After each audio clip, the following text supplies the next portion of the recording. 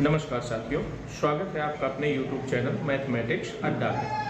आप सभी को पता है कि हम लोगों ने पिछली क्लास में चर्चा कर लिया था कि गणित का विषय वस्तु क्या है, यानी इसका पाठ्यक्रम क्या है, हमारी प्रतियोगी परीक्षाओं में कहाँ से कितने प्रश्न आते हैं। मैंने कल की क्लास में आप सभी को बताया था।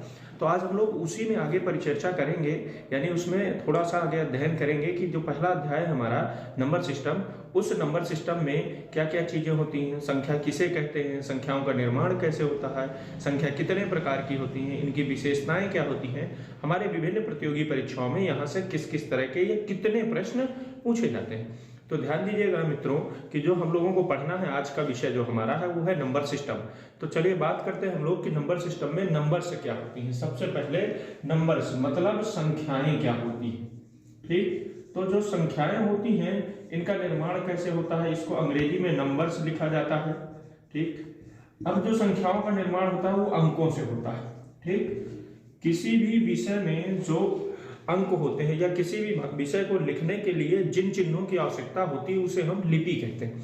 अब लिपि की बात करेंगे तो जैसे गणित है, तो गणित को लिखने के लिए जो चिन्ह प्रयोग होते हैं वो 0 से लेकर के 9 तक प्रयोग होते हैं। इन 0 से 9 तक के संयुक्त को या इनके मिश्रण को या इनके समुच्चय को क्या बोलते हैं, हम लोग बोलते हैं अंक। तो गणित में जो अंकों की कुल संख्या होती है, तो ध्यान रखिएगा गणित में कुल अंकों की संख्या कितनी होती है, 10 होती है। ये एक महत्वपूर्ण बिंदु मिलता है हमें कि गणित में हमारे कुल कितने अंक होते हैं। तो हमारे गणित में कुल कितने अंक होते हैं, 10 अंक होते हैं। ठीक, 10 कौन कौन से होते हैं, तो 0, 1, 2, 3, 4, 5, 6, 7, 8, 9, ये कुल मिलाकर के हमारे क्या होते हैं, ये हमारे कुल अंक होते हैं। ध्यान रखिएगा 9 के आगे यदि आप 10 लिखेंगे तो वही अंक आपने पुनः पुनरावृत्ति कर दी। पुनरावृत्ति का मतलब आप एक पहले लिख चुके हैं, 0 भी पहले लिख चुके हैं, तो इसको मिलाकर के आपने एक संख्या लिख दी, तो इसलिए ये आपका अंक नहीं गिना जाएगा। यानी मैं यूं कहूं कि जो कुल अंक होते हैं तो इनको काउंट कीजिए, 1, 2, 3, 4, 5, 6, 7, 8, 9, 10, कुल मिलाकर के गणित में अंक कितने होते हैं, हमारे 10 होते हैं। ठीक, तो सबसे पहला हमारा जो बिंदु निकला वो क्या निकल के आया कि गणित में कुल अंकों की संख्या कितनी होती है, तो कितनी होती है, 10। और 10 कहां से कहां तक होते हैं, 0 से 9। अंक होते क्या है, वह चिन्ह जिनसे संख्याओं का निर्माण होता है, वह चिन्ह जिससे या जिनसे संख्याओं का क्या होता है, हमारा निर्माण होता है। ठीक मित्रों, बात करेंगे कि हमारा जो पहला चीज है, यानी इसमें ये लिखने वाली चीज है, ये याद रखने वाली चीज है कि अंक कुल कितने होते हैं, 10। 10 में मैंने आपको बताया कि कौन कौन से होते हैं, तो आप इसको स्क्रीनशॉट ले सकते हैं या इसको आप लिख सकते हैं अपनी कॉपी में। ठीक,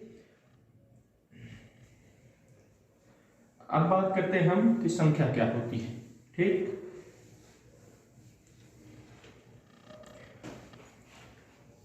देखिए ऐसे गणितीय चिन्ह जिनका प्रयोग हम गिनने, नापने, तौलने आदि में करते हैं उन्हें संख्या कहते हैं। ऐसे गणितीय चिन्ह जिनका प्रयोग हम गिनने, नापने, तौलने आदि में प्रयोग करते हैं उन्हें हम क्या कहते हैं, संख्या कहते हैं। मैं लिख करके समझाता हूं, ऐसे गणितीय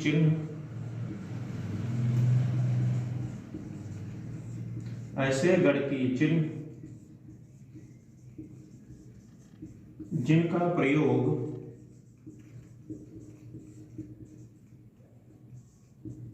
गिनने, मापने तथा तौलने आदि में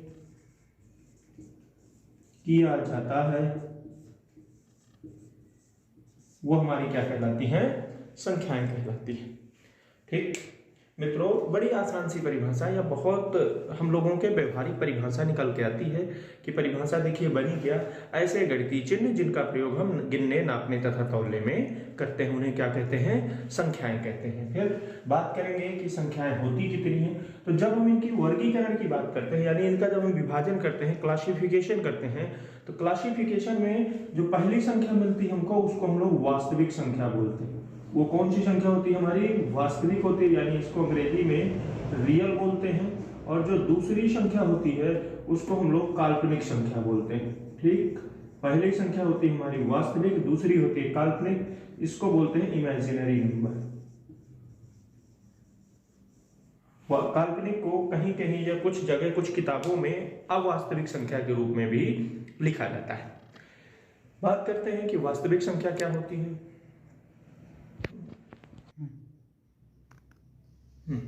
बात करेंगे हम वास्तविक संख्या। तो ध्यान रखिएगा, वास्तविक संख्या क्या होती है, जिन संख्याओं का गणितीय चिन्हों पर प्रभाव पड़ता है, या ऐसी संख्याएं जिन पे गणितीय चिन्हों का प्रभाव पड़ता है, उन्हें हम कौन सी संख्याएं कहते हैं, वास्तविक संख्याएं कहते हैं। दूसरा काल्पनिक संख्याएं, ऐसी संख्याएं जिन पे गणितीय चिन्हों का कोई प्रभाव नहीं पड़ता।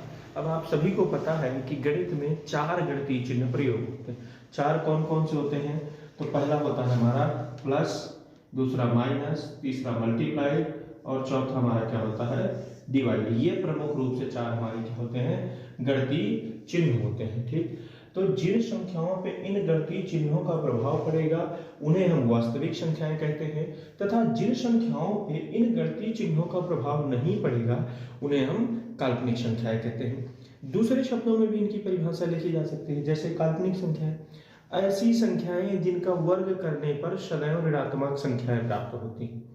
ऐसी संख्याएं जिनका वर्ग करने पर सदैव ऋणात्मक संख्याएं प्राप्त होती हैं, वो हमारी होती है काल्पनिक संख्याएं। दूसरी बात करूंगा, वास्तविक संख्याएं परिमेय तथा अपरिमेय संख्याओं का जो समुच्चय होता है उसे वास्तविक संख्या कहते हैं। परिमेय तथा अपरिमेय संख्याओं का जो समुच्चय होता है उसे वास्तविक संख्या कहते हैं। तो यहाँ बात करेंगे, या हम थोड़ा सा लिख करके आपको बताएंगे कि वास्तविक को एक लाइन में क्या कहेंगे और काल्पनिक को एक लाइन में क्या कहेंगे। साथियों, बात करेंगे वास्तविक संख्याओं की। वास्तविक संख्याएं,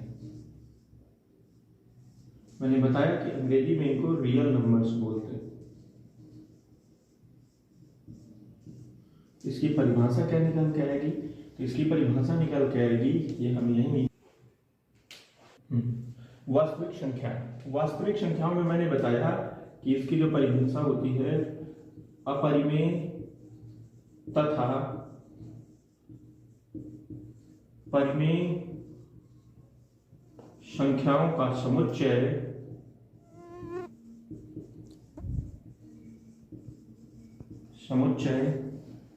वास्तविक संख्याएं कहलाता है।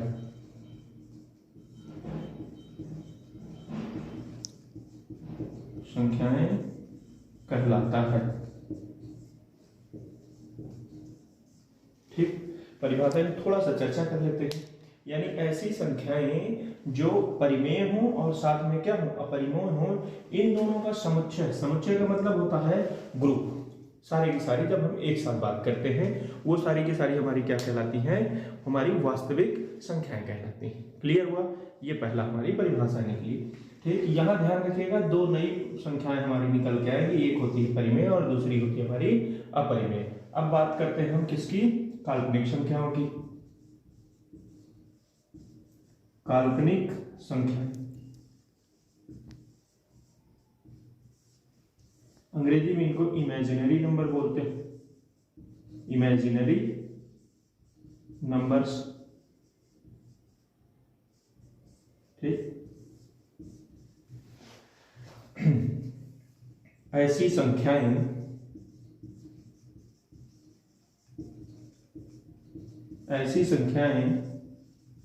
जिनका वर्ग करने पर ऋणात्मक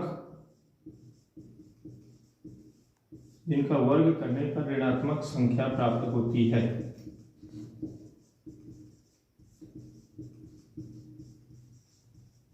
ये दोनों की हमारी परिभाषाएं हो गई। एक तरफ मैंने आपकी वास्तविक संख्याओं की परिभाषा लिखी और दूसरी तरफ मैंने काल्पनिक की लिखी। वास्तविक में मैंने क्या लिखा है, आपने देखा कि परिमेय तथा परिमेय संख्याओं का समुच्चय क्या कहलाता है, वास्तविक संख्याएं कहलाता। दूसरी तरफ मैंने काल्पनिक में लिखा ऐसी संख्याएं जिनका वर्ग करने पर ऋणात्मक संख्या प्राप्त होती। दोनों के उदाहरण की बात कर लेते हैं।